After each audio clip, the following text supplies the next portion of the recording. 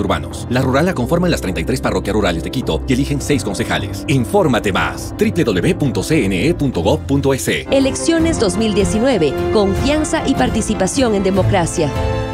Fin de espacio promocional y publicitario. 8:16. Bienvenidos, señores invitados. El doctor Marco Proaño Maya, el respetable jurista Rafael Iriarte, y el señor economista, entendido economista, don Jaime Carrera. ¿Cuánto tiempo le queda al IES, doctor Marco Proaño? Muchas gracias, muy honrado por esta atenta invitación. En los últimos 10 años nunca hubo tantos errores conceptuales, tanta improvisación, tanta discrecionalidad que afectaron gravemente al sistema de la seguridad social.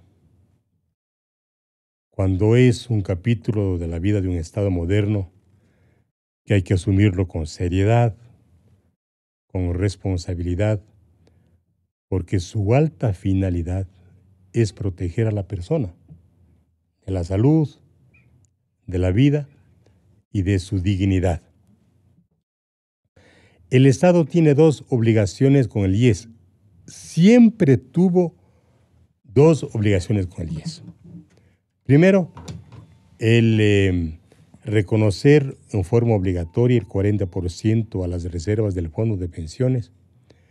Y segundo, pagar la atención de salud de los jubilados, más otras eventualidades como el seguro social campesino y las trabajadoras del hogar sin remuneración.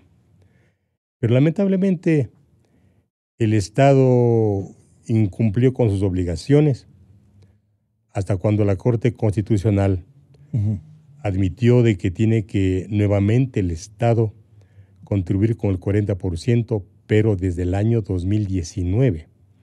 Entonces hay una franja de 4 años en las que el Estado simplemente inadvirtió sus obligaciones con el IES. Yo soy miembro, igual que el señor doctor Iriarte, de esta veeduría de la Seguridad Social. Sí. Y a mi criterio... ¿Usted representa o puede decir? Como ciudadano. Allá. Como ciudadano. Es más importante que cualquier dignidad. ¿Y qué nos decía?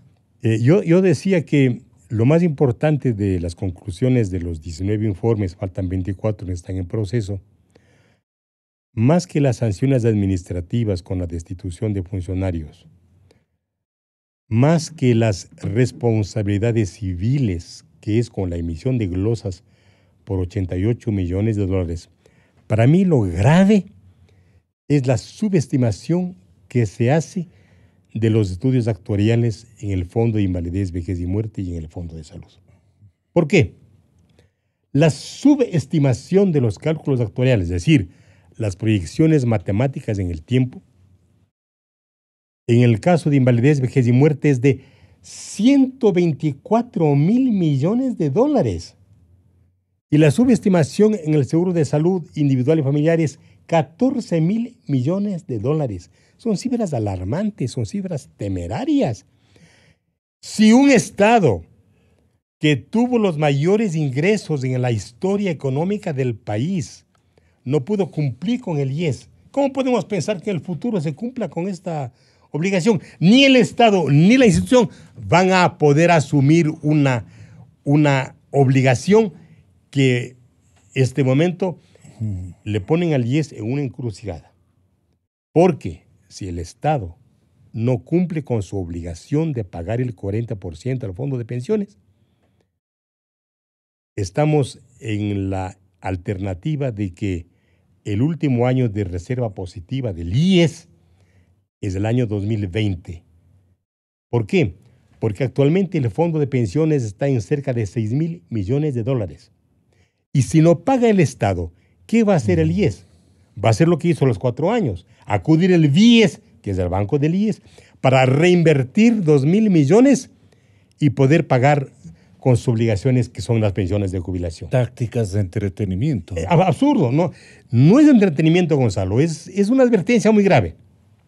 Mire, en el presupuesto del IES de este año, 2019, dice que el IES va a requerir para pagar pensiones de jubilación la suma de $4.825 millones. Y los aportes de los activos para este año va a llegar a 2.250 millones. Si no paga el Estado, ¿qué tiene que hacer el IES? Acudir al BIS, lo que hizo los 4 años. ¿Por qué? Porque cuando una persona aportaba el 974, era para financiar el 60% de su pensión de jubilación y el 40% aportaba el Estado. Si el Estado no aporta, tiene que el IES asumir el 100% para pagar pensiones de jubilación. Es un tema muy grave, muy alarmante y no hay que permitir que se rompa el IES. Porque si se rompe el IES, se rompe el país. ¿En qué sentido puede romperse el IES? Como salida alternativa del actual gobernante. Una ruptura del IES sería que no tenga recursos para pagar pensiones. Actualmente hay cerca de 500,000 jubilados y hay 3.800.000 afiliados. Entonces, la conciencia nacional debe impedir y obligar a que el Estado cumpla con sus obligaciones, porque nosotros tenemos un sistema de reparto de capitalización colectiva, en donde el trabajador activo aporta para prestaciones del pasivo. El joven aporta para el viejo, el que tiene buena salud aporta para el que esté enfermo, el que tiene menos recursos se sirve del que tiene mayores recursos. Filosofía solidaria. Para pagar con solidaridad lo que se llama el sistema de reparto. Que es un sistema muy propio para nuestro país, porque nuestro país, que tiene como realidad la exclusión, tiene que tener el sistema de reparto a base de la solidaridad. Comparémonos. ¿Por qué Chile salvó a su institución aseguradora, don Jaime Carrera, economista Jaime Carrera, a tiempo? Buenos días, Gonzalo. Gracias por la invitación. Un gusto estar aquí con los doctores Proaño y Ollarte. A ver, Chile tiene el sistema de las aseguradoras privadas, ¿no? Y sí es bueno comparar algunas cifras. El total de los montos de los asegurados que hay en las aseguradoras llega casi a los $200,000 millones. De reservas positivas. De reservas de todas las aseguradoras. Y la población de Chile es apenas de 17 millones, algo parecido al del Ecuador. En el Ecuador no sabemos realmente este rato cuánto tiene el Seguro Social, y es otro tema de falta de transparencia. Le acabo de escuchar al doctor Proaño que el fondo de pensiones tiene un saldo de $6,000 millones. Debe ser. A eso hay que agregar lo de salud, lo del resto de fondos. Pero no, el Seguro Social no le dice al país cada mes cuántos son los saldos de los fondos, cuál es su cartera, etcétera, etcétera. Pero al margen de eso... El tema es que estamos a punto de quiebre, ¿no? El tema es que el Seguro Social sigue desinvirtiendo para poder pagar las pensiones. Y no solo las pensiones, sino para cubrir el fondo de salud. Porque en el presupuesto de este año del Seguro Social, piensa el seguro desinvertir, ¿no? 414 millones para el fondo de pensiones, para el fondo de salud 333 millones. Es decir, de todos los ahorros de los diversos fondos va desinvirtiendo. El año anterior el Seguro Social tuvo que desinvertir cerca de $500 millones del fondo de pensiones. Es decir, en el presupuesto estatal de los bonos que tiene el Estado, el Seguro Social normalmente le ha venido renovando esos bonos, y el año anterior le pidió que le paguen. Pero aquí hay un asunto de estructura más de fondo, ¿no? Las finanzas públicas tienen directa relación con lo que pasa en el Seguro Social.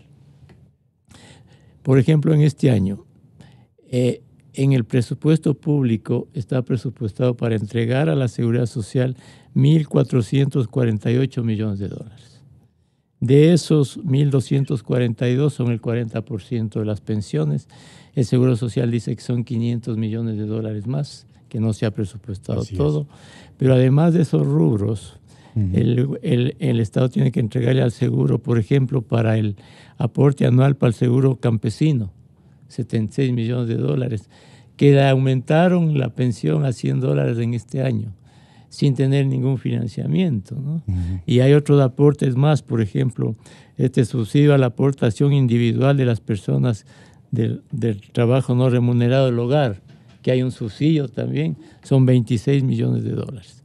Pero no solo es eso lo que tiene que gastar el presupuesto del Estado, sino también el aporte al ISFA, 425 millones de dólares, y es otro tema importante también.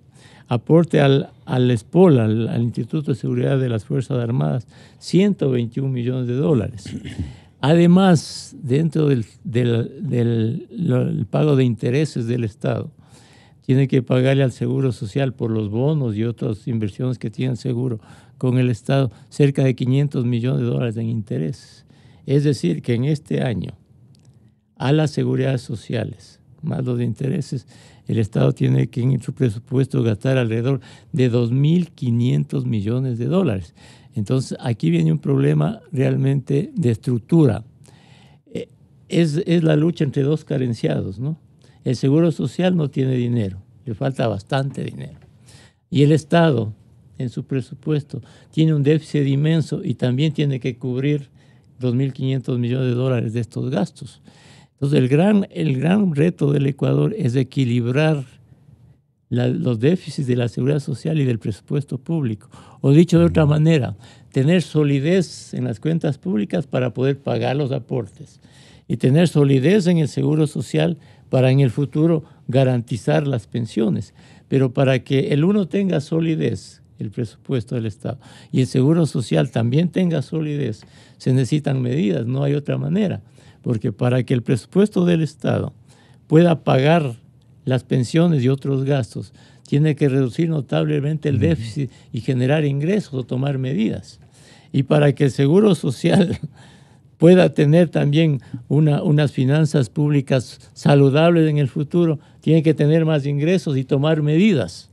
Entonces, para uno y otro lado hay que tomar medidas, porque si necesitamos un presupuesto solvente que pueda contribuir al pago de la seguridad social, no en bonos, sino en efectivo, necesitamos medidas de generación de ingresos y reducción de gastos. Y para que el Seguro Social en el futuro pueda cobrar del presupuesto del Estado lo que le debe y además financiar el futuro déficit actuarial y el pago de pensiones, necesitamos también ingresos al Seguro Social y reorientar el Seguro Social de aquí al futuro. Entonces, mire usted que las dos cosas tienen costos para el país porque nada es gratis. Entonces tiene que financiar la sociedad. En el presupuesto del Estado vía impuestos u otra cosa. Sí. Y en el Seguro Social vía aportes u otro mecanismo. Y al margen de eso, el aspecto estructural es que si bien logramos financiar el seguro, tener unas cuentas públicas sólidas para que pueda dar plata al Seguro Social, y si logramos que el Seguro Social tenga dinero para financiar su déficit futuro y liquidez actual, ¿no? Aún así necesitamos una buena economía, porque el tema fundamental en el Ecuador es tener una buena economía. ¿Para qué? Para que el país crezca, para que haya trabajo, para que los informales se incorporen a la seguridad social, para que la gente gane más. Porque si las personas durante 30 años aportan $2.000 cada mes de sueldo, van a tener una buena... Ahí está la licencia de reactivación del IES. Exactamente. Entonces, en un modelo de economía que esté buena, que sea sólida, claro, y que además encuentre financiamiento para el seguro y para el presupuesto. Y todo esto cuesta. Claro. Nada es gratis, ¿no? Las cifras son realmente alarmantes, doctor Ollarte, que todo el mundo las huye. Yo sé por qué le digo en esta mañana, todo el mundo las huye. El doctor Granda, que fue la víctima del encargo del señor presidente Moreno, tiene terror a conversar con ustedes y con nosotros. Entonces pone condiciones. Solo leo yo 30 minutos, un detalle de mi investigación, sin reparos de nadie, y me voy. Pero, doctor Granda, es que tiene que explicar de dónde salen estas sumatorias, estos grandes totales. Él dice incluso que la propia Contraloría ha tenido que, valga la redundancia, contratar. La Contraloría ha contratado un estudio independiente. Un estudio independiente. Es inimaginable que el máximo organismo de auditoría del gasto público, ¿no es cierto?, contrate o convenga con una institución independiente para que le diga la plena, seguramente, y ellos poder más o menos mostrarnos una cifra tal vez admisible, doctor Ollarte, no admisible, pero manejable para el terror que nos provocaría una verdad. Entonces la situación es muy compleja. Estamos primero tratando de que el tiempo y el periodo del presidente Moreno se acorte lo más rápido posible para fugar de esta situación, porque resulta un informe extremadamente vergonzante, involucra a las etapas del salvador de la patria y de su compañero incluso de tragedia económica, ¿no? Porque el presidente Moreno, como heredero o como actor, es responsable de las cosas que han ocurrido en el estamento del Estado. No nos demos tanto las vueltas. Entonces, no sé, doctor Ollarte, ¿qué pueda caber este momento? Si conocemos las cifras, nos caemos para atrás con un infarto, las verdaderas. Pero si escuchamos los mecanismos de solución, es peor. Es peor. Entonces, ¿por qué nos estamos engañando y no le decimos al país la verdad? Y ese sería un rol gigantesco de esclarecimiento histórico que nos haría el presidente Moreno antes de darnos las vueltas y las vueltas. Quieren que la revolución de ellos siga sobreviviendo unos 15 años más y por eso disimular con determinadas instancias que ni las entiende la pobre colectividad.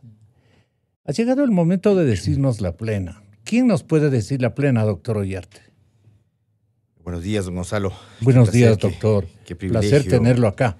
Estar aquí con tan distinguidos panelistas, el doctor Marco Paño Maya, luchador incansable por los temas de seguridad social hace tantas décadas, y don Jaime Carrera Andrade, una persona que maneja las cifras de un modo espectacular. Así es. Mire. ¿Y usted las leyes, doctor? En el mundo, los temas de seguridad social son complejos. Y la seguridad social, esto desde hace años en Europa, por ejemplo, se viene destacando la problemática de la seguridad social vista al futuro. Vista al futuro. ¿Por qué razón? Porque usted tiene, y esto es, claro, una cuestión propia del siglo XX, ¿no? Los temas de la previsión social.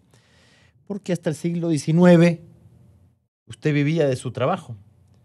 Y cuando perdía por cualquier motivo la capacidad de trabajar, porque perdía el trabajo, porque se enfermaba, porque sufría un accidente, porque envejecía, bueno, quedaba jugado su suerte y a la asistencia social, ¿no? A la asistencia pública, es decir, a lo que buenamente alguien le pueda dar. Y se estableció como un derecho, se reconoció como un derecho el de la previsión social. Porque los seres humanos, muchas veces, salvo excepciones, no somos previsores. Entonces, mientras no sufrimos los males, no sentimos las consecuencias, no nos importa lo que pasa. Es decir, mientras tenemos un buen trabajo, mientras gozamos de buena salud, mientras tenemos nuestras capacidades al 100%, pues no vemos la necesidad de ahorrar para el futuro.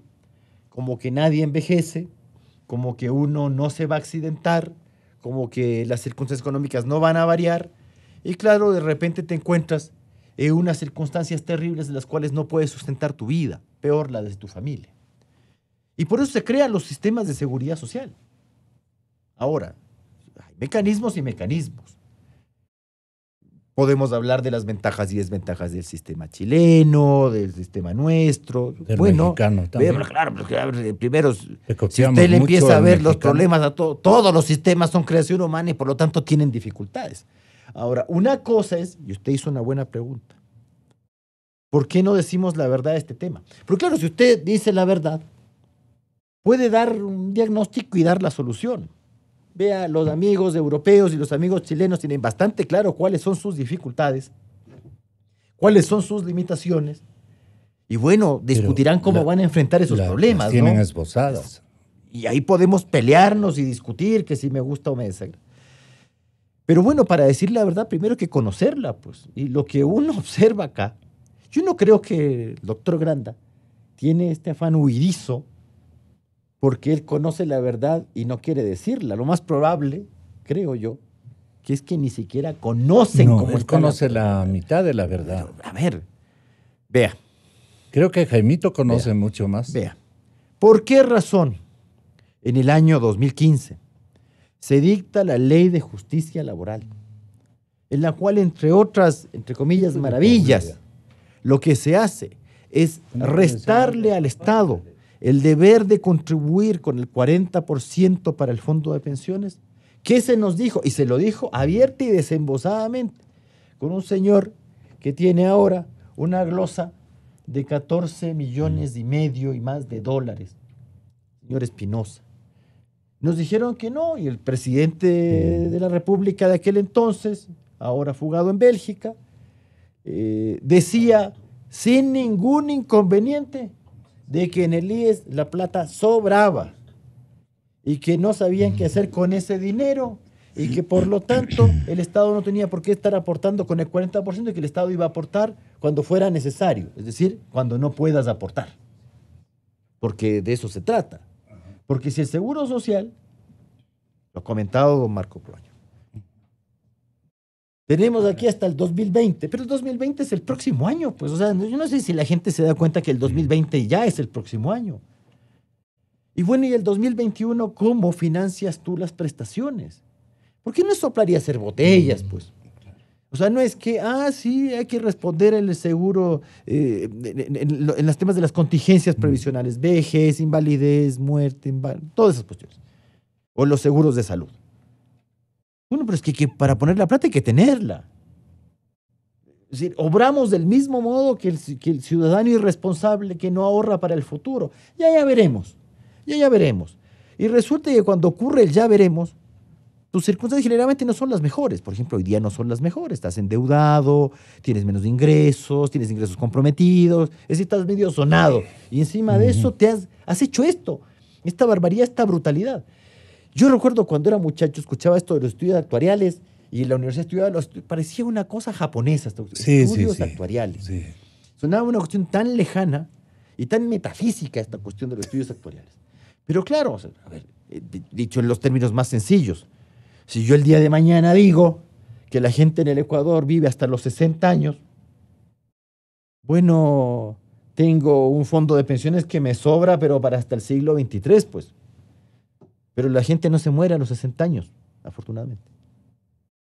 Entonces, si su esperanza de vida va creciendo, resulta que usted tiene que aumentar el fondo de pensiones, porque ¿cómo va a financiar eso? Entonces, si la gente ya no vive 60, ni 65, ni 70, sino que está viviendo 75, 77. Hasta los 80. Y sigue, claro, y más también. Bueno, hay que seguir pagando las pensiones. El señor no se muere, hay que seguir pagando. Suena muy cruel, ¿no? Pero hay que seguir pagando las pensiones. Mientras más Entonces, pero si yo más me invento paga. de que la gente vive hasta los 65 años, bueno, pues tengo de sobra. Pero eso es una mentira, pues. Eso no es verdad. Entonces usted el día de mañana va a quedar desfinanciado. Si usted el día de mañana, porque en esto también podemos ser mega generosos, entonces decir que la gente se puede jubilar a los 55 años. Bueno, pero ¿y a dónde sacas para hacer esa gracia? Entonces, si tú sigues aumentando las prestaciones, pero los ingresos del Seguro Social no son suficientes, los aportes individuales, el aporte patronal y el aporte estatal, que constitucionalmente es obligatorio, no es una dádiva graciosa. ¿Para qué haces constituciones? Haces una constitución y te la saltas. Y encima me maquillas las cifras. Y me dices mentiras. Y encima de eso, ladronaje. O sea, bueno, pero esto es completo, pues. O sea, te haces un hospital si han seguido practicando de 100 millones la recolección por de 400 millones. Vea, perdón, robarle al Estado es gravísimo. Yo creo que es una de las peores cosas que hay. Robarle a los más pero pobres. Robarle al Estado para que robar a luego los más no pueda pobres. financiar las prestaciones, perdón, a la séptima paila del infierno, bonito, sin Desde ninguna desde duda, luego. pues. O sea, ve lo que estás haciendo. O sea, o sea, puede ser tan indolente en esta materia. Pero aquí no se trata de que yo soy derechista, que tú eres izquierdista. O sea, perdóname.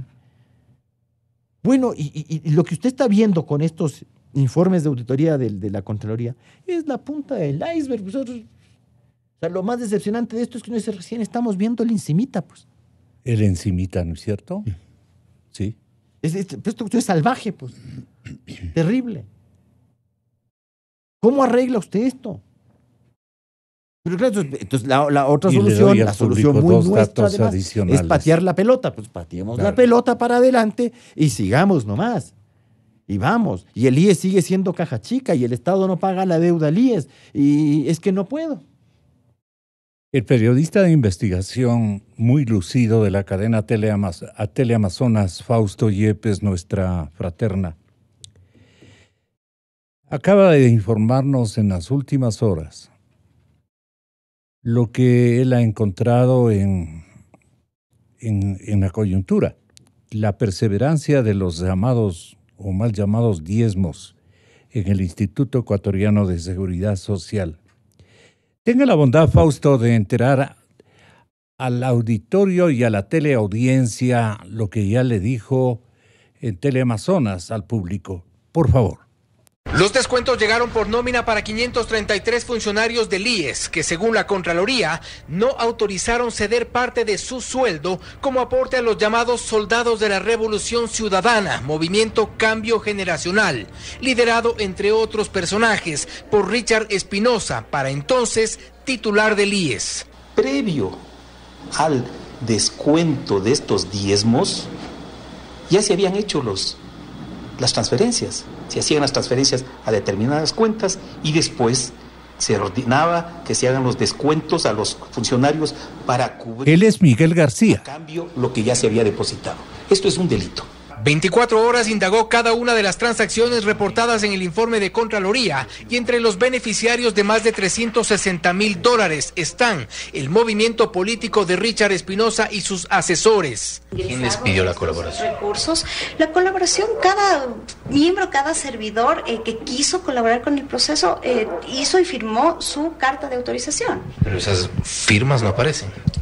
Eso habría que ver. Para el movimiento Alianza País llegaron $135,000. Para Giovanna León, entonces directora del IES, $35,000. Para Freddy Bastidas Rodríguez, quien consta en nómina como chofer, llegaron $13,000. Para José Poveda, asesor de Richard Espinosa, $103,000. Luis Echeverría, administrador del IES, $26,000. Manuel Mariño Tapia, asesor de la presidencia del IES, $47,000. Y para la relacionadora pública María Augusta Calle Gómez, $3,000. La exdirectora del IES, Giovanna León, no niega que hubo los descuentos. No obstante, asegura que el dinero no fue a sus cuentas personales, pero se sabe que sí manejó ese dinero. ¿Usted manejaba los recursos de esa cuenta? Esa cuenta no es una cuenta personal, es lo que yo le Pero puedo manejaba decir. esos recursos. Es una cuenta que tenía establecida la finalidad, no es una cuenta personal, no era una cuenta que tenía mi exclusiva disposición o autorización. No es mi cuenta personal, es una cuenta que... ¿Tenía usted firma autorizada ahí? Eso lo vamos a seguir presentando en el informe de descargo. Lo cierto es que en la lista de los beneficiarios vemos el nombre de José Rafael Poveda Reyes. $103,000 salieron de los sueldos de funcionarios del IES a su cuenta personal. Fue un hombre de confianza de Richard Espinosa desde el Ministerio de Relaciones Laborales y lo acompañó hasta el Seguro Social. Lo cierto es que sin siquiera guardar las formas, Luis Echeverría, tesorero del movimiento Cambio Generacional, vinculado a Alianza País, notificó en febrero del 2018 al director financiero del IES el número de cuenta en la que se debía depositar el dinero. Luis Echeverría fue el administrador del IES presidido por Richard Espinosa, a la vez firma como tesorero del movimiento Cambio Generacional, y es quien pide que el dinero pase a sus cuentas. Nuevamente, de los descuentos a los trabajadores. Un señor Urbano autorizaba el gasto. Un señor Cárdenas autorizaba el pago. Ilegalmente, el autorizador de pago continúa en las mismas funciones. Tratamos de concretar una entrevista con el resto de los beneficiarios del llamado diezmo descontado a trabajadores del IES, pero o no respondieron o no aceptaron dar su versión sobre el tema. En siguientes emisiones abordaremos otros casos de personajes que recibieron algunos miles de dólares del salario supuestamente inembargable de los trabajadores. En Quito, Fausto Yepes, 24 horas. Muy bien, Fausto. En octubre del 2017, el presidente Lenín Moreno le consultó al entonces director del IES, Richard Espinosa, el aludido en este juego o en este detalle, frente si eso hacen con los mismísimos compañeros de trabajo en un ultraje macabro a su situación económica, ¿no? ¿Cómo serían las contrataciones de infraestructura hospitalaria, la importación o adquisición de medicamentos que siempre han faltado, el robo en vivo y en directo, en crudo y cocinado en el tema de las medicinas? Porque eran distribuidores en toda la red de farmacias del país con los recursos de los afiliados y últimamente con el recurso de todos, porque todos hemos tenido que contribuir a la crisis del IES. No me explico de otra manera.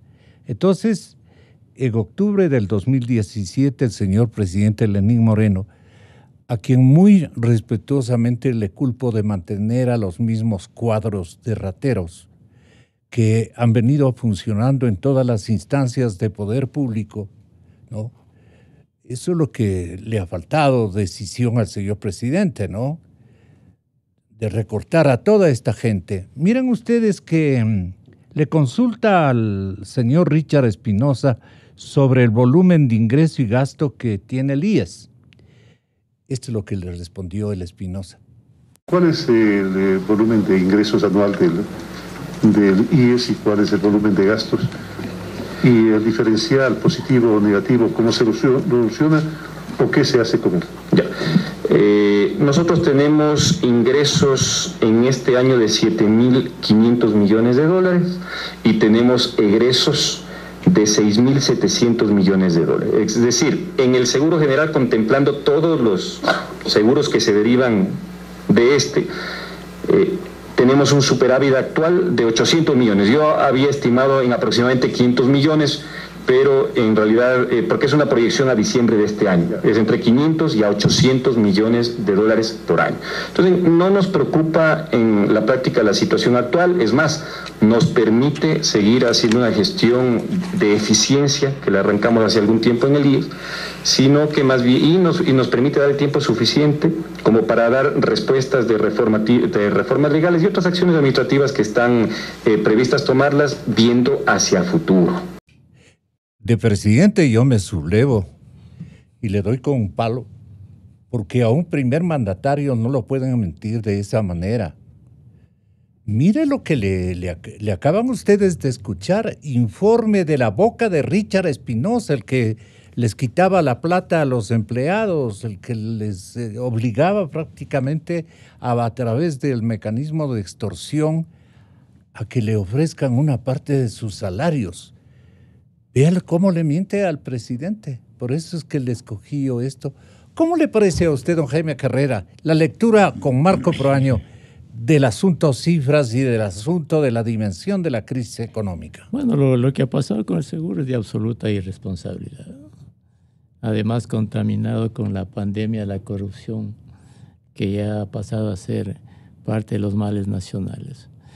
en ese tema de irresponsabilidad, de corrupción, de falta de transparencia, para sentar precedentes, el Ecuador tiene que juzgar a los responsables, porque no se puede tolerar este tipo de irresponsabilidades nacionales.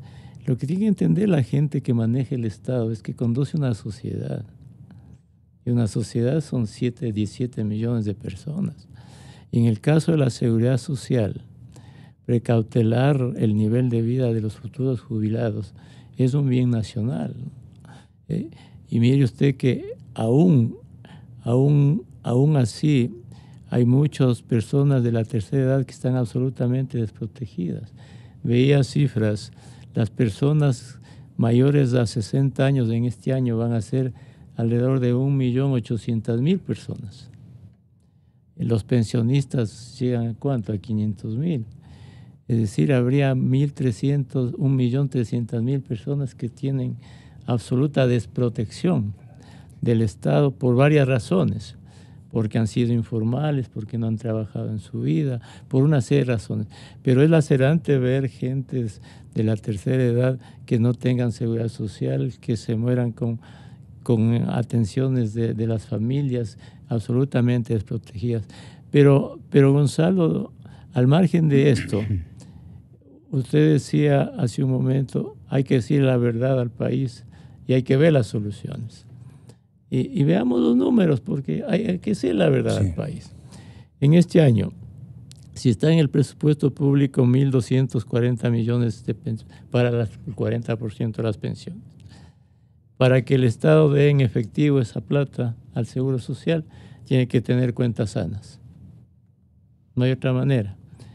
Y para que tenga cuentas sanas en este año, hay que bajar el déficit, generar ingresos y reducir gastos. Y hay de por medio este acuerdo con el Fondo Monetario.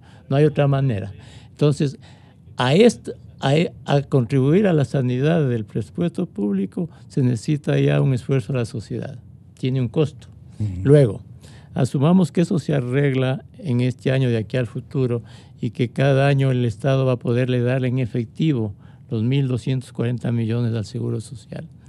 El Seguro Social recibe ese dinero, pero tiene un déficit actuarial grande y a pesar de que el Estado reciba ese dinero, el Seguro reciba la plata del Estado, va a tener que desinvertir 400 millones de dólares y además utilizar la renta de las inversiones por casi 500 millones de dólares. Lo que quiere decir que tampoco allí Perdón, esta parte no le logramos, yo por lo menos no le logro entender. No, para ponerle el presupuesto de este año, 4.825 millones. ¿No? En aportaciones para el seguro de pensiones, 2.636 millones, lo que se aporta el aporte personal y patronal.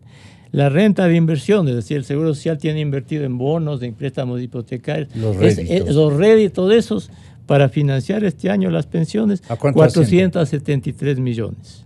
Luego, 1.300 millones el que tiene que dar el Seguro Social, el Estado al Seguro Social por las pensiones, por el 40% y algo más.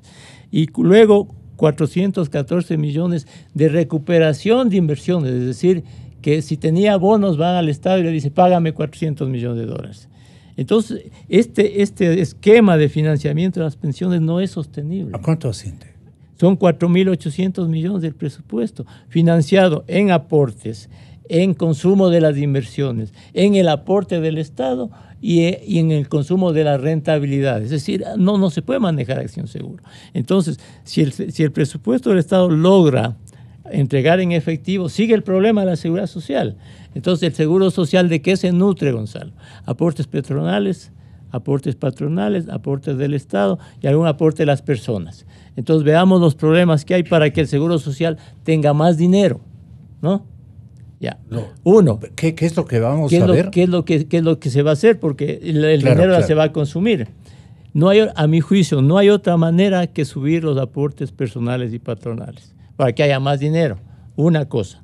Dos, si la gente va Perdone, a vivir... la gente va a decir, ¿y por qué tenemos que darles pagando lo que se han cogido ellos? No, es que esa reflexión es válida, es dolorosa, toda, pero usted lamentándose la corrupción no va a tener dinero para financiar el Seguro Social. Seamos realistas. Entonces, lo otro es la quiebra. Lo otro es la quiebra, entonces aportes personales, patronales. Lo otro, si la gente va a vivir más, hasta 80 años, porque esa es la verdad, 75, 80 años, hay que subir la edad de jubilación, porque hay que evitar que siga acumulándose más pensionistas sin poder pagar, ¿no? Lo otro, si extendieron el servicio de la seguridad social a esposas, a hijos, sin tener un solo dólar adicional, hay que pagar por eso, pues, ¿no? Entonces tiene que haber un aporte de la persona para que cubra esos servicios adicionales que no se cubren. Entonces, todo eso cuesta, mira, hay que decir al país todo eso, porque en una sociedad, Gonzalo, nada es gratis. Queremos cuentas públicas equilibradas, hay que pagar. Queremos un seguro social sólido, hay que pagar. Y eso tenemos que pagar todos.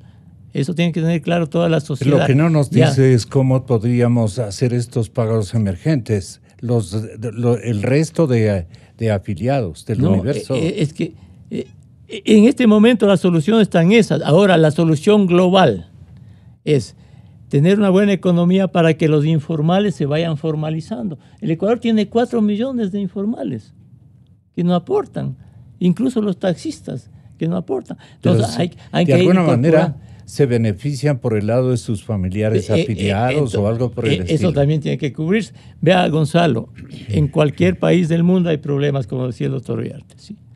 Pero las soluciones las van encontrando los países con aportes de una u otra manera, y esto le cuesta a la sociedad. Díganle al país esa verdad, porque no se puede esperar que al 2020, 2021 el Seguro Social no tenga plata para pagar los aportes, las pensiones, y en ese momento se trate de encontrar una solución cuando sea más costosa.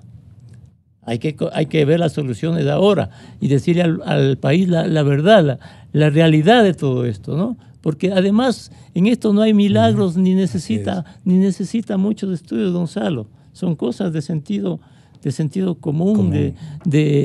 Son bastante obvias. Pero el ¿no? esclarecimiento del mapa del deterioro del IES sí tienen que mostrarnos. Pero es obvio, esos números tienen que decir al país. Pero es que hay diferentes versiones. No, es que la generalidad de las versiones son disimulatorias. Y con esto volvemos en cuestión de instantes. Inicio de espacio promocional y publicitario.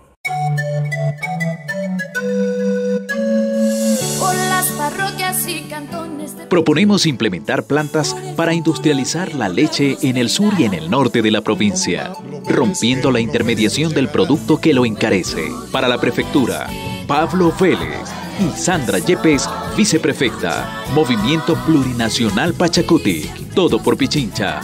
Vota todo 18. Prefectos, CNE 2019. Si tienes más de 60 años, pon atención a la calidad de tu visión. Es común que empiece el proceso degenerativo del cristalino y tengas catarata, la opacidad del lente natural interno del ojo. En Clínica Santa Lucía, encuentra tu diagnóstico y tratamiento de vanguardia para este y todos los problemas de la visión. Visítanos, la solución en un solo lugar. Clínica Santa Lucía. www.clinicasantalucia.com.es y síguenos en Facebook. Clínica Santa Lucía, su visión es nuestra misión.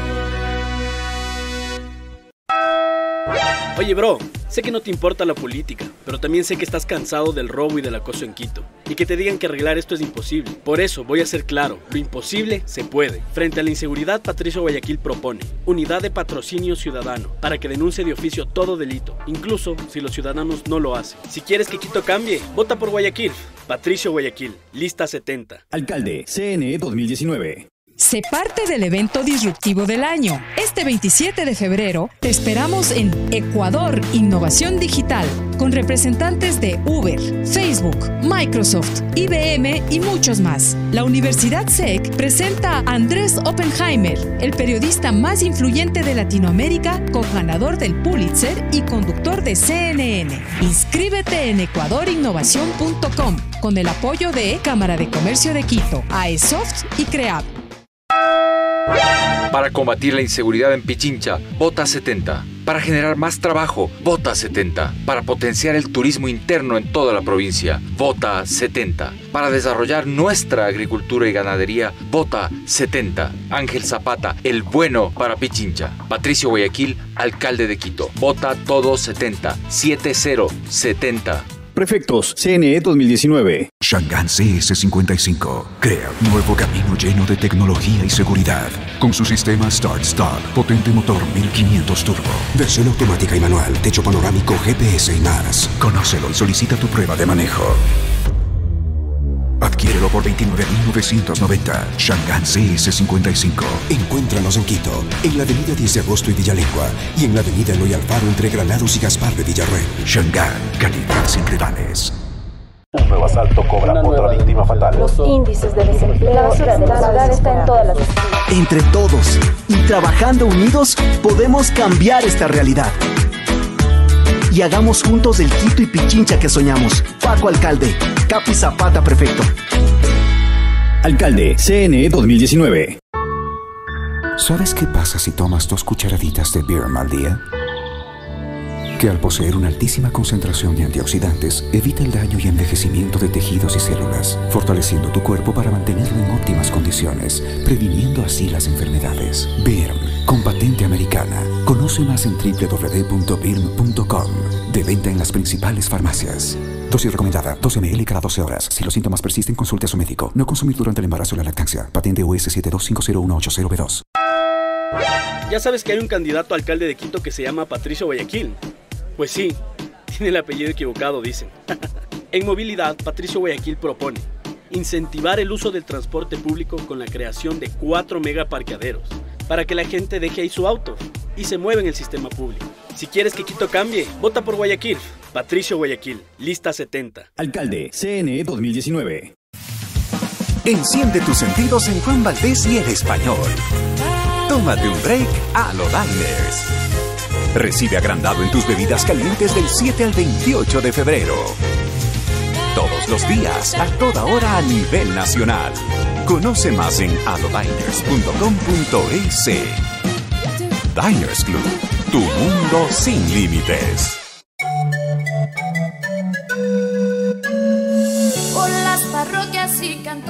Proponemos implementar plantas para industrializar la leche en el sur y en el norte de la provincia, rompiendo la intermediación del producto que lo encarece. Para la prefectura, Pablo Vélez y Sandra Yepes, viceprefecta. Movimiento Plurinacional Pachacutic. Todo por Pichincha.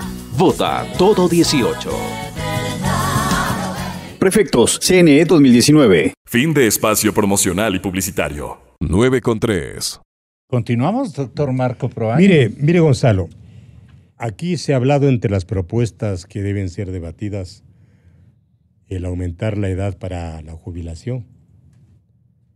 El artículo 185, último inciso, que usted lo puede comprobar, de la ley del 2001, dice que obligatoriamente se revisará la edad para acceder a la jubilación cada 5 años. Ningún gobierno ha cumplido este mandato. Ningún consejo directivo tomó cartas en el asunto. Ya, ¿qué podían ajustar con aquella disposición? Es que ¿Cuál era la intención? Es que nosotros nos anticipamos al signo de los tiempos, que era la expectativa de vida. Por eso cada 5 años se elevaba 1 año la edad para jubilación. El problema del Ecuador, Gonzalo, es que un país tiene que ser gobernado por las leyes. Hay que recuperar el valor de la ley como definición y como práctica. Las instituciones se han sometido a las necesidades del poder. Las autoridades piden permiso para aplicar las leyes y terminan dándole más valor a estos códigos vergonzantes pero muy eficaces que se imponen a las leyes. Entonces, cuando se habla de aumentar la edad de jubilación, lo que hay que decir es que cumplan la ley. Y eso es todo. Ahora el señor doctor Llarte decía que todos debemos tener la capacidad del ahorro. Otto von Bismarck, cuando estableció el Seguro Social, decía que todos tienen que prever. Y lo que hace el sistema de la seguridad social es proveer en un tema en el que las personas, cuando llegan a ser pasivos, no tienen la capacidad de resolver sus problemas en la época más difícil de sus vidas. ¿Por qué? Porque vivimos en una sociedad de consumo en donde la gente vale mientras produce. Sí, así es. Y la gente que ya no produce es desechada, es silenciada, es postergada, y en la misma es familia, excluida. ¿no? Así es. Así es. Entonces, hay que entender que la misión de la vida es la misión de envejecer. La única forma de no envejecer es morirse. Y la única forma de vivir muchos años es envejeciendo. Por eso nosotros lo decimos con convicción, que los jubilados no necesitan ni reclaman compasión de nadie. Solo quieren respeto a sus vidas. Y no ser ofendidos ni por el poder, ni por la ingratitud, ni por la maldad. Ellos tienen derecho a la salud, a la dulzura, al pan y a la libertad. La ingratitud cuantitativa, la ingratitud del dinero, ¿por qué se ha producido en el Ecuador con más rapidez, con más inmediatez en los últimos años? Aunque tengo otra interrogante también que al parecer es contradictoria. ¿Por qué estamos viviendo más? ¿Qué mejoras hemos recibido del aparato público-privado? ¿O es que las dimensiones de beneficios de salud y todo lo demás, o los inventos nuevos de una tecnología médico que atrapa rápidamente el comienzo de una enfermedad, hace que la lucha por la vida sea más fácil que antes? Algo de esto debe estar ocurriendo. En la revista National Geographic de noviembre u octubre del año pasado, en su edición había un niño regordete en la portada, un niño hermoso. Como... Y el titular dice... Como el doctor Llarte, más o menos. Y dice el titular, este niño vivirá 120 años. ¿Por qué? Por la expectativa de vida. Mire, el país más viejo del mundo es el Japón, en donde la expectativa de vida es 88 años. Pero lo interesante es que mientras el 25% de esta población de Japón tiene más de 65 años, el 19% de los 25% son laboralmente activos. Y Gonzalo, no quisiera dejar de opinar cuando en esta misma revista los hombres tenemos que aprender de otros seres vivos. Dice esta revista que las águilas, cuando empiezan a envejecer, vuelan lo más alto posible para no dejarse destruir por la carroña, por el desprecio, por el silencio. Ellas viven y mueren en lo más alto. Entonces nosotros tenemos que entender que los viejos deben ser respetados, porque son nuestra memoria. Y la memoria es lo único que no puede destruir el tiempo. Muy hermoso.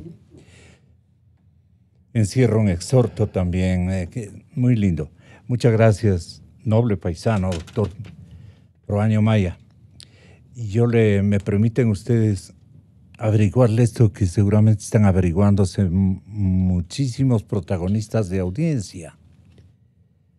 Está el doctor Víctor Manuel Álvarez, el presidente del Colegio de Médicos de la provincia de Pichincha. Doctor Víctor Manuel, ¿por qué estamos viviendo más los ecuatorianos o los latinoamericanos o el ser humano en términos globales? Muy buenos días, presidente.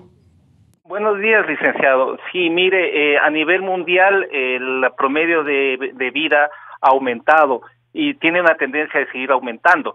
¿Por qué se produce esta situación? Porque existe ya una nueva evolución en el plan médico. Nosotros tenemos campañas en las cuales se hace medicina preventiva a nivel mundial y eso hace que se detecten enfermedades más oportunamente y se dé un tratamiento. Además, existe una revolución en el sentido farmacológico en el que existen nuevas drogas que hacen que las enfermedades crónicas tengan mayor evolución, el beneficio hacia el paciente sea mejor. Además, existe un nivel de vida más adecuado en ese sentido que en otras fechas.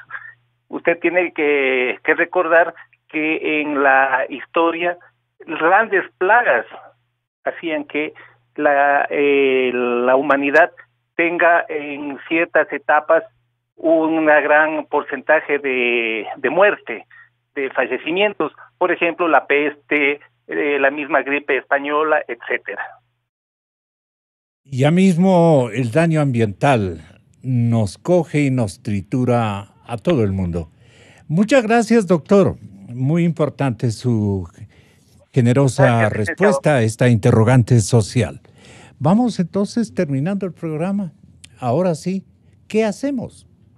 Bueno, lo que ya se ha dicho, Gonzalo. Para salvar al IES, ¿qué hacemos? Ya, Gonzalo, nos ocultan información. Sí, pero bueno, hay que partir primero de la transparencia de la información. Eso es esencial, porque si no hay información de base sólida, el diagnóstico es equivocado y las medidas van a ser equivocadas, sin ninguna duda. Y no solo para el Seguro Social, sino para el conjunto de las finanzas públicas y de la economía. Ese es un punto de partida. El otro punto de partida es que el gobierno y la sociedad deben tener claro que arreglar las cuentas públicas y el Seguro Social tiene un costo. Tiene un costo inevitable para la sociedad. Si no se quiere en el Seguro Social incrementar los aportes, por ejemplo, ¿no? Ese valor tiene que asumirlo el Estado.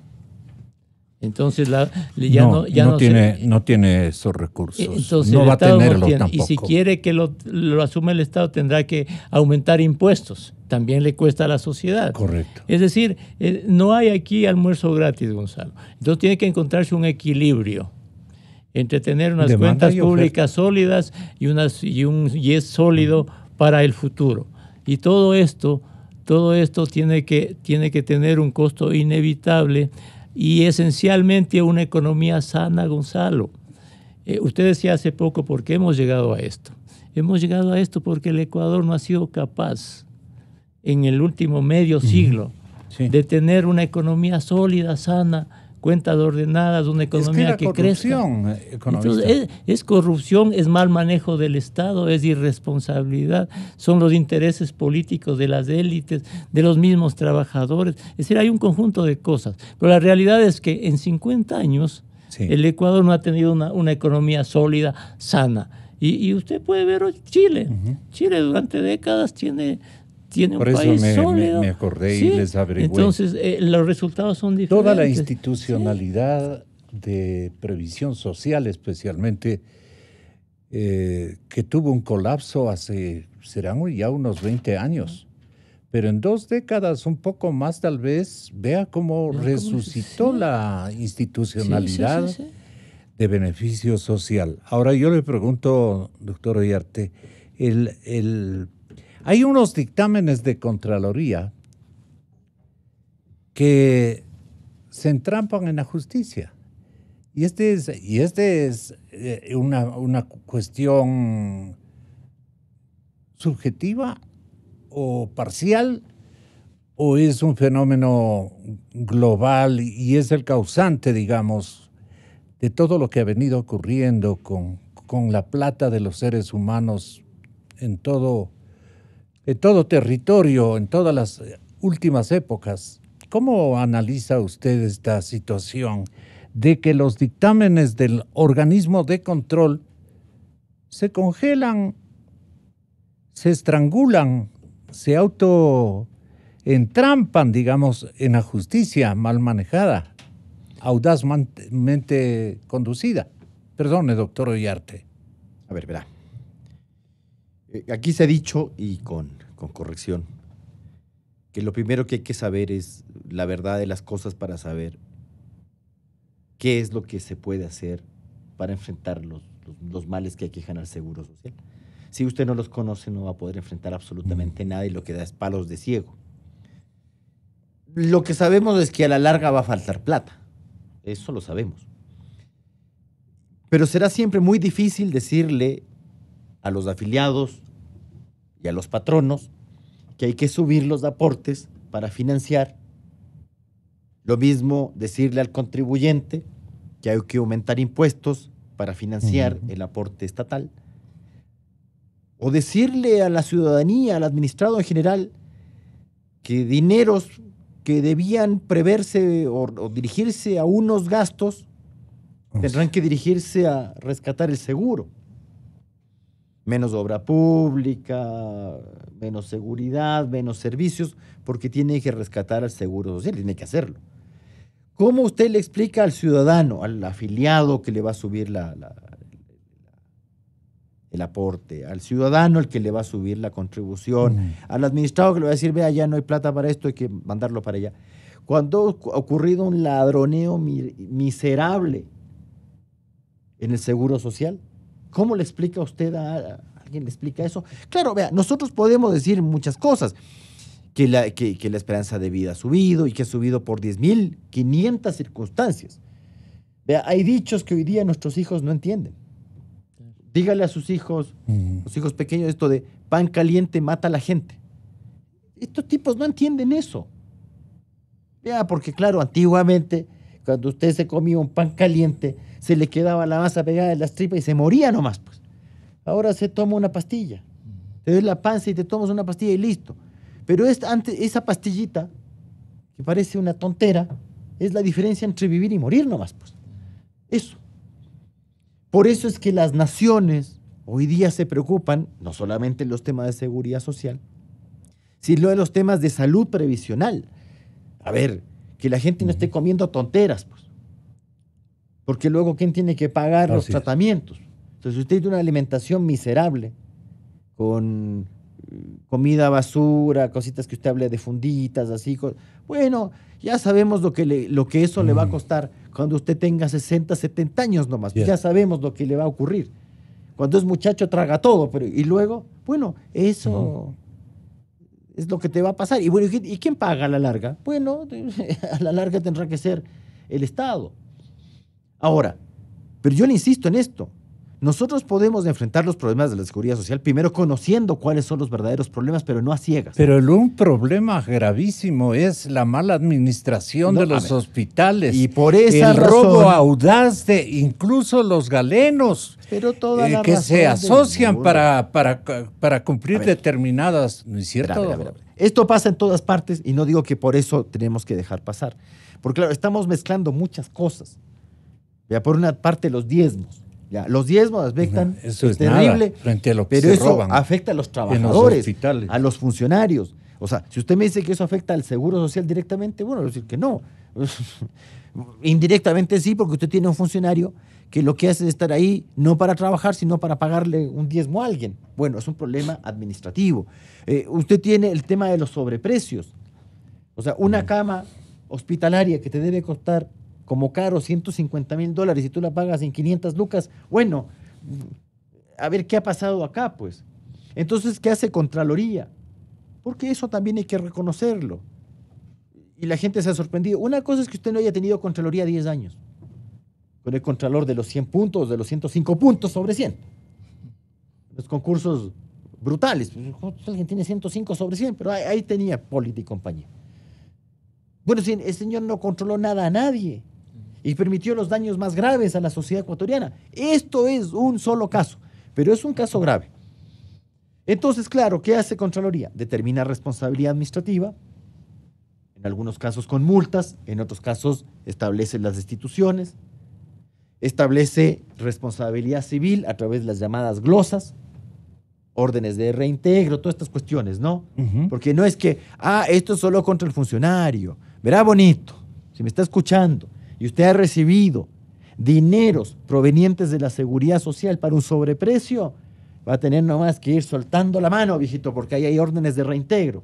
No es que, yo le gloso al funcionario y si el funcionario no puede pagar, lo declaro insolvente. Gran, valiente cosa, pues. Valiente cosa. Es decir, yo me pregunto cómo el señor Espinosa, no sé si llegará a tanto, tendrá 14.700.000 para pagar la glosa. Bueno, pero también habrán órdenes de reintegro y todo lo demás. E indicios de responsabilidad penal. Ahora, las tres son distintas, porque además en el Ecuador a la gente le encanta hablar sin leer la ley. Eso es lo más fantástico. O sea, gente que dice, yo creo que es así porque a mí se me ha ocurrido, y la ley no me gusta porque, vea, yo he llegado a escuchar en el caso de este asambleísta Germán Calle, de que la responsabilidad administrativa no se debe cumplir porque está impugnada en el contencioso. Viejito, ¿en serio? Sí. Cuéntame otro cuento, pues, bonito, porque eso lo vas a contar a todos los funcionarios públicos de menor rango que han sido destituidos por Contraloría o que han sido multados por Contraloría, han tenido que pagar las multas independientemente de la impugnación en el contencioso. Pero como le roza la cuestión a un señor político, la impunidad. Entonces yo tengo que cambiar las reglas ahora por un señor político. Y te hablan de la presunción de inocencia, por Dios, no seas salvaje, pues, viejito, tiene determinación de responsabilidad administrativa. Bien, doctor. Así es. Doctor. La tiene, pues. Así es. Y si usted impugna, lo que puede pedirle al contencioso es la suspensión, pero la mera impugnación no suspende la responsabilidad administrativa. Esa no se suspende con la mera impugnación. Entonces ahí empieza una serie de señores a decir que no, es que la norma no es clara. Bonito, coge la ley, pues. La que se suspende por disposición expresa de la ley es la responsabilidad civil en el caso de la impugnación contenciosa. Ahí se suspende. Ojo, te aviso además que siguen generando intereses y tampoco es que esto es chistoso. Entonces, si tú tienes una glosita y te vas al contencioso y luego no te dan la razón, bueno, suma nomás los intereses, bonito. No, tampoco es que esto es pagar a plazos. No. Y los indicios de responsabilidad penal van a la Fiscalía. Esta no es impugnable porque eso pasa al conocimiento de la Fiscalía. Y aquí en algunos casos se ha determinado responsabilidades administrativas con multas y destituciones que se hacen cumplir en el caso de los funcionarios que tienen autoridad nominadora por el nominador bajo su responsabilidad. En el caso de los que no tienen autoridad nominadora las hace cumplir el propio Contralor, por si acaso. En el caso de la responsabilidad civil, usted obviamente puede allanarse y pagar y someterse al acto administrativo o de otra manera ir al contencioso y mientras se tramita el contencioso está suspendido. Vea el caso de la ministra del Ambiente, ¿cómo es? Que es asambleísta por el tema de Guayaquil, de los tamanes. Ya.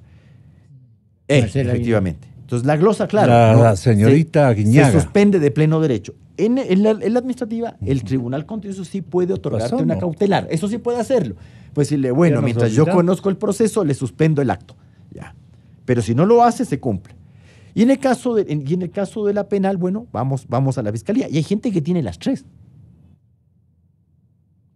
Ahora, yo le insisto. ¿Y por qué se entrampan en la justicia los dictámenes de Contraloría? Si hiciéramos un inventario, ese cuadro. Volvamos para atrás. Economista sería. El entrampe.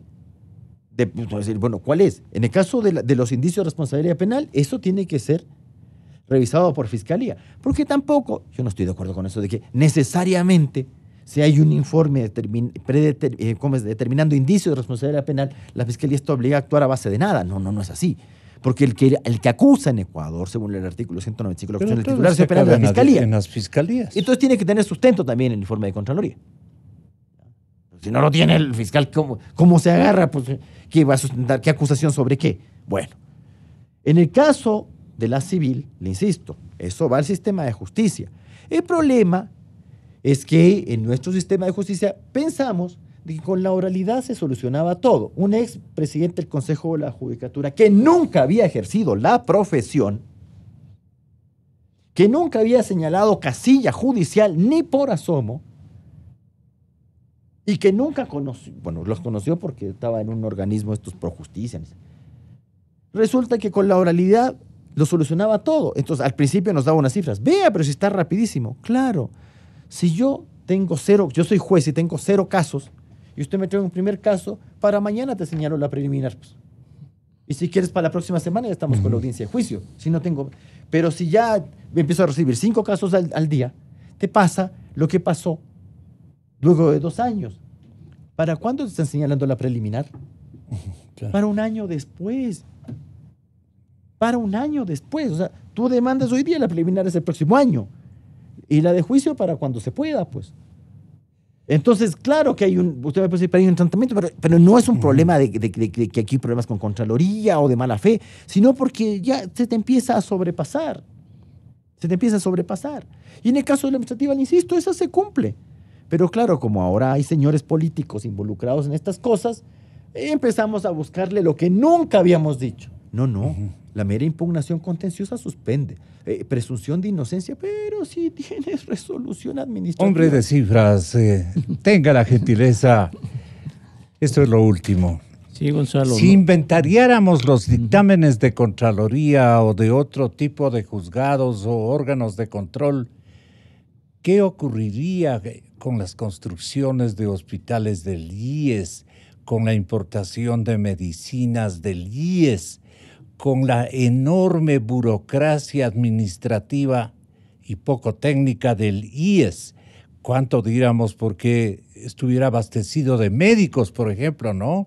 De médicos y de administradores, de recetarios, pero de atención inmediata a la gente afiliada o no afiliada, porque también había ese sesgo de solidaridad que ha perjudicado también a los verdaderos aportantes. Pero en signo de solidaridad no debemos renegar de aquello. Más bien, la filosofía de la solidaridad bien cumplida debió haber sido así desde el comienzo. Pero, ¿qué nos ocurriría si es que abrimos la puerta de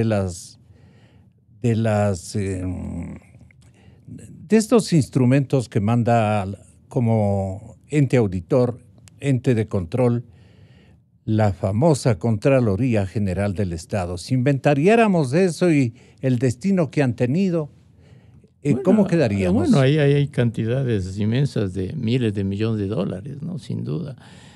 Todos los sobreprecios, todas las coimas, el crecimiento del aparato estatal en el Seguro Social. Han quedado en impunidades, ¿no? Sí, el Seguro Social tiene, imagínense, 38,000 personas en la plantilla.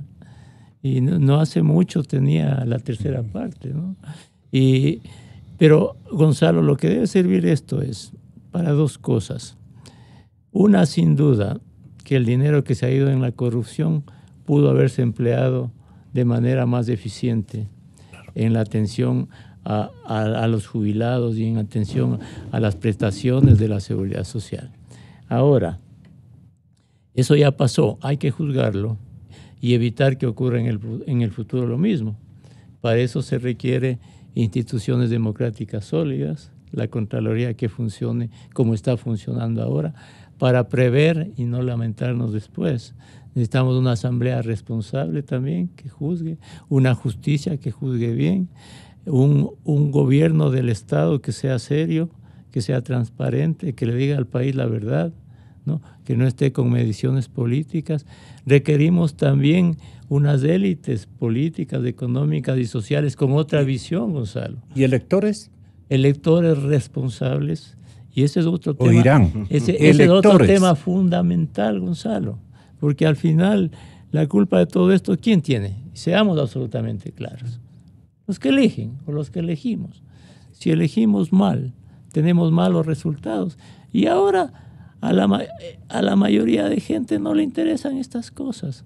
Usted hable con la gente pobre, las empleadas domésticas. A muchas cosas de este rato le están diciendo mucha a esa gente.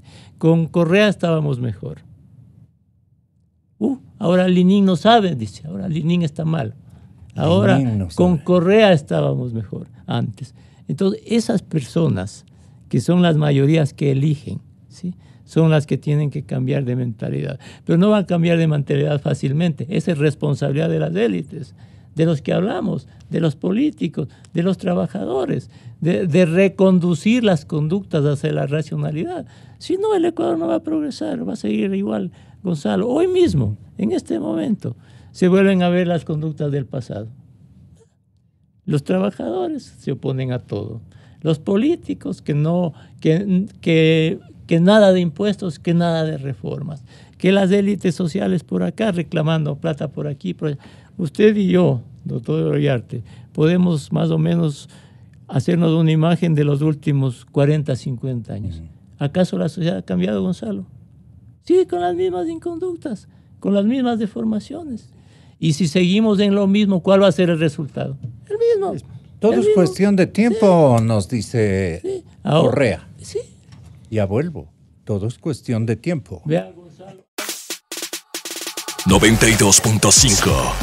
Transmitiendo con 5.000 watts de potencia.